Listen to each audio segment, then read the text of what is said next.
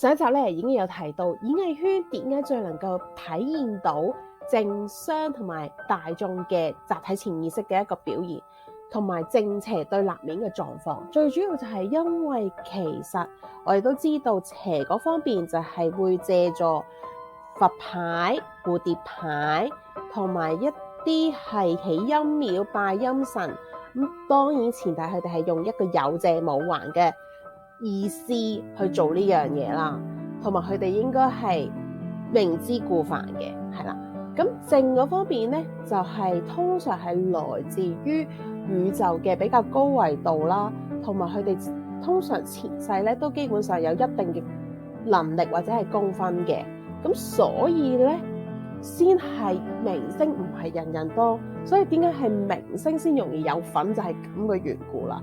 咁粉咧亦體現到咧佢哋嘅展現嘅，即係有時得個聲，但係有啲嘢真係有賺到錢，都係一種體現嚟嘅。咁你就覺得咁當然啦，咁係咪唔喺呢度 top 9或者唔喺呢個表出現嘅人就一定唔好咧？絕對唔係。舉個例就係黃心穎同鄭秀文，其實兩個咧評價都唔太差，只會有啲緣故黃心穎佢個評分會再高一啲。呢一個就係其中一個只有修行者會更加容易有機會理清嘅事。咁當然呢個表亦係有一定實力嘅修行者都可以查到，因為正邪兩邊都被逼公開咗佢哋嘅可以講籌碼嘅。Top 9相信大家都唔陌生啦，就係唱作歌手黃婉之啦。咁樣咧，其實佢最近喺演戲嗰方面其實都有少少成績。咁當然將自己去唔同方面發揮得有一定實力嘅程度，自然就係呢一生嘅你越嚟越強啦。咁呢個就係最基本嘅陳秀啦。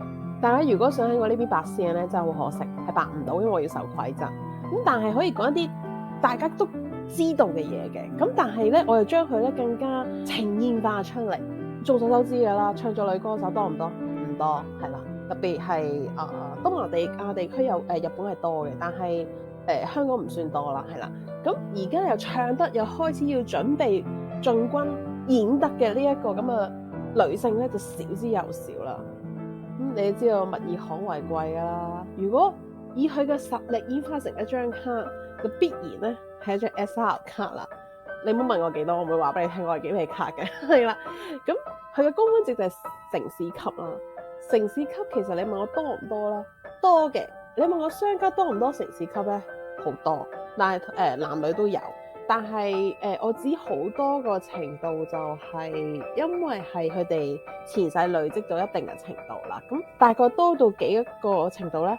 全世界係4位數，係啦，4位數就已經好多噶，係啦。咁御主前質同埋契機英靈前質，我上次有講到啦。咁呢一個其實同埋再加埋合作嘅緣分咧，係好影響到你嘅公分值嘅，可以擴展程度去到邊嘅。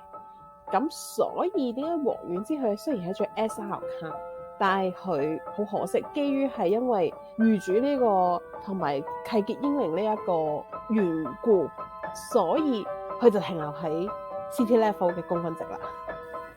Top 8咧就係葉德嫻啦，咁樣咧佢係一直主打演戲啦，一套《桃姐》呢一套戲就將佢個名更加打響到喺唔同地方嘅人嘅眼裏邊啦。佢係一個老而不休嘅專業演員嚟嘅。葉德嫻係一位幾有故事內容嘅女性嚟嘅。咁你問我有冇細究佢嘅故事咧？冇嘅。不過就算有咧，我都唔會話俾你聽。可能其實係冇嘅。咁好啦，咁呢一個默默喺度做演員咁多年嘅女性，其實咁專注於自己呢方面嘅位，佢可以攞到 SS 證明咗喺呢方面其實一定嘅技術層面認可值嘅。所以咧，佢係等到一個機會，將佢可以發到更加遠嘅啫。因為佢嘅御主潛質咧，其實係比較高少少啦。咁但係佢契機英靈個潛質同埋合作緣分都並冇比黃婉之高出好多。咁所以佢哋嘅公分值都係 City Level 嘅。你問我 City Level 有冇差距咧？梗係有啦。我會唔會話俾你聽？唔會咯，梗係唔可以爆太多私隱俾你聽噶嘛，啱唔啱先？Top 7咧就係吳君如啦。咁咧佢都係一個專注於演戲嘅人，同埋佢個演戲嗰個風格比較別樹一格，同埋有自己嘅 style 嘅。我覺得呢樣嘢係件好事，將自己某一個 character 完全係突出化，令到人印象留下深刻。某程度嚟講，都係演員成功嘅一面嚟嘅。吳君如某程度令我諗起周星馳，因為周星馳嘅話咧，其實大家會諗到佢好獨特嘅電影啦，為大家帶來好多歡樂啦。其實某程度嚟講，嗰年代嘅電影將香港一個咁細嘅地方推到好感覺好國際化，同埋好多地方嘅人都知啦。而一個咁細嘅城市可以做到咁樣，其實就好厲害嘅。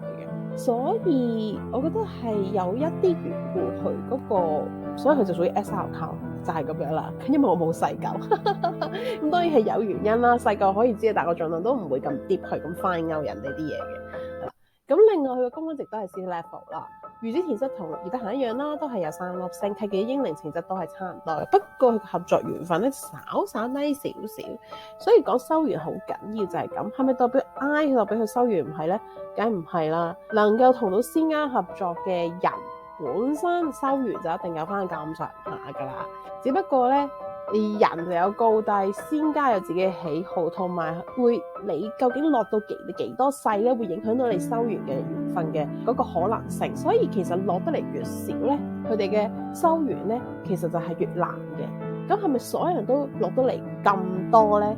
我哋講呢個世界唔飛啊，係唔係嘅？係啦，所以有機會佢哋收緣嗰個點解有啲人高啲，有啲人低啲，就關佢嘅機緣事同埋佢落嚟嘅次數事啦。接落嚟 Top 6咧就展現一個咧呢個世界係唔 fair 嘅其中一個極致啦，就係咧我哋都知道個樣極之標緻嘅李嘉欣啦，某程度嚟講佢都將女性嗰個顏值推到最高位，然後咧令到其他人稍稍遜色啦，大家都知啦，就最好唔好企佢隔離啦。李嘉欣咧令人最驚豔嘅就係佢嘅樣啦。其實佢自己都幾努力喺演戲嗰方面嘅，不過好似好可惜就係遇唔到伯樂，所以冇辦法將佢嘅實力好發揮到出嚟啦。不過佢自己本身應該都係有喺其他方面嘅發展，咁所以李嘉欣其實佢嗰個卡咧都係 SS 嘅，咁正常啦。佢哋唔 SS，唔通我 SS 咧係咪先？係啦，咁然後佢嘅公分值咧就係散級咁。其實大家可以睇到點解開始有差別，就係首先預主潛質啦、契記英靈潛質啦，同埋合作緣分咧，你都見到其實係有少少唔一樣嘅。咁雖然契記英靈嘅潛質係唔係 C 係 D 啦，但係個預主潛質同埋嗰個合作緣分都比較高嘅，所以影響到公分值嘅可能性其實有好多。咁其中一樣嘢咧，就係唔好睇小人同人之間嘅緣分同關係啦。所以收緣真係好緊要，大家從心出發去同自己在意嘅人收好緣分。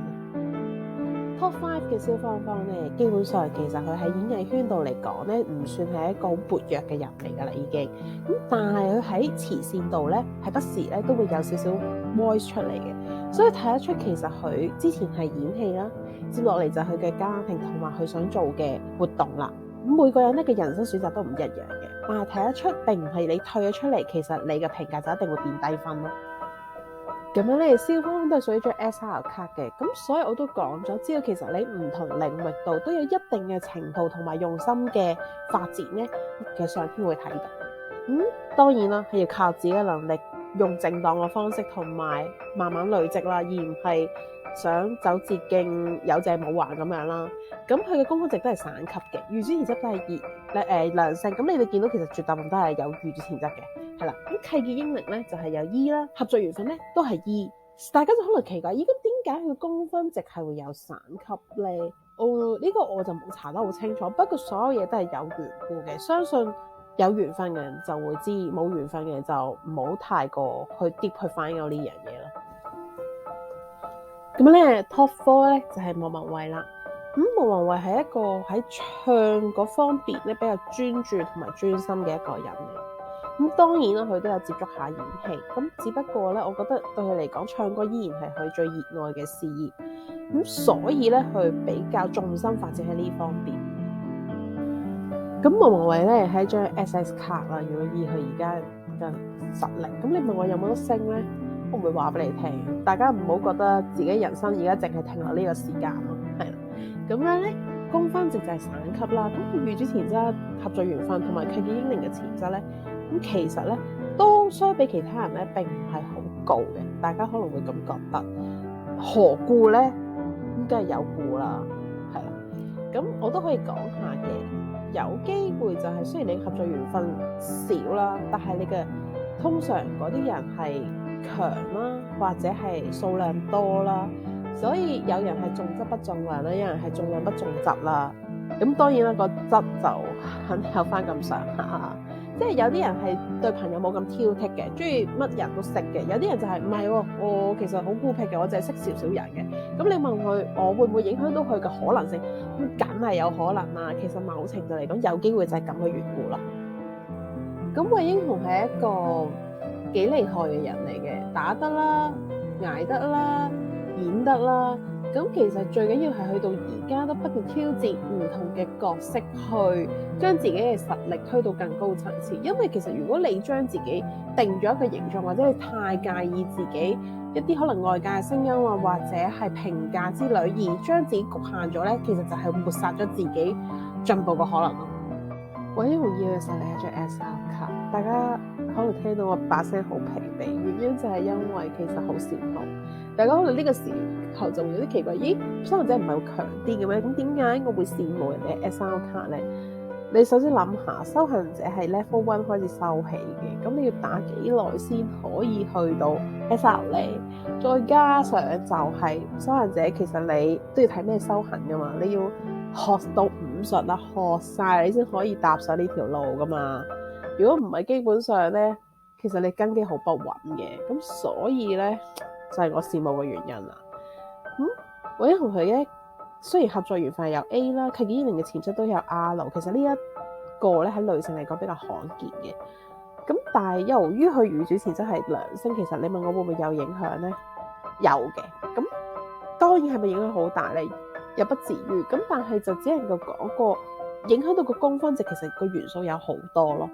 咁其中一樣嘢就係並唔係你契機英靈潛質大，或者你係合作緣分好高，你就一定嘅公分值會突然之間爆好多，並唔係咁嘅緣故啦。Top 2咧就係林憶蓮。咁林憶蓮係一位比較專注於唱歌嘅女歌手啦。咁其實佢人生都有幾有故事感嘅，我自己覺得。但係佢可以喺唔同嘅時期都挑戰唔同嘅曲風，我覺得呢一個係值得學習。始終唱歌呢樣嘢，其實唔同嘅歌可以帶到嘅震動係完全唔一樣咯。林憶蓮咧係張 SS 卡嚟嘅，咁其實都係對佢喺唱歌嗰方面嘅一種肯定啦。咁高分值都係省級，遇主潛質咧就係4星，契機英靈值咧就係有 boy 同埋合作緣分有 dog 嘅。咁其實你睇得出，其實佢都係4平8穩，即係樣樣都唔太差嘅一個女性嚟嘅。咁你問我呢樣嘢有冇好處？梗係有啦。咁有冇壞處？如果你問我，唯一可能就係通常尋求4平8穩嘅人，其實你野心都唔係好大，同埋遇事通常會比較中意用和平嘅方式去解決，但係呢樣嘢好大機會就失咗先機咯。最有可能就係咁嘅緣故，好需要把握到每一次嘅機會。嚟到湯溫啦，湯溫就係宣萱咁樣咧。宣萱其實之前都係比較專注電視劇，大家都如果睇 TVB 對佢一定唔陌生啦，嗰啲劇集係啦。咁但係咧，佢前排其實係由挑戰到舞台劇嘅喎，因為我有欣賞咁樣，覺得佢唱歌其實都落咗一番苦功，好明顯係好用心喺呢方面，即係前期準備好足夠，所以我覺得係一個唔錯嘅嘗試嚟嘅。如果宣萱係 top 1咧，其實就喺香港演藝圈女性界層面嚟講咧，佢係唯一一個咧公分值係達到世界級嘅。咁可以睇到遇主潛質有5粒星。契機英靈潛質就係有 R 啦，咁佢合作緣分都有 C。其實咧喺女性，你問我多唔多咧？好少好少，全世界應該都數唔夠3隻手指啦，係啦。咁所以大家就唔好以為咁厲害嘅人今世一定係出身要好好，或者係一定係大富大貴，或者係一啲想有好有野心，不斷表現出自己嘅人。咁因為某程度嚟講，每個靈魂落到嚟都有佢自己嘅他，所以其實唔係一概而論嘅，亦代表咗其實每個靈魂都有佢嘅可能性。其實機會係會留俾有準備嘅人，就係咁嘅緣故啦。咁其實修行者咧可以自己加強咗保護啦，即係要識落結界啦，同埋要識防禦，同埋可能識驅走或者係鎮壓，或者係甚至係除走佢哋個方式啦。總之就係你要保護到自己，你先好查定呢一個表咯。咁你問我嘅程度係咪需要修行到一定嘅 level？咁梗係啦，你唔係嘅話，你好大機會會被一啲其他聲音影響同干擾，甚至係會有更加唔好嘅影響。所以修行者一定要留意自己嘅防禦措施，先好做每一次嘅修行咯。好，咁今日大概講咁多，咁聽日再公布香港男性嘅排行。拜拜。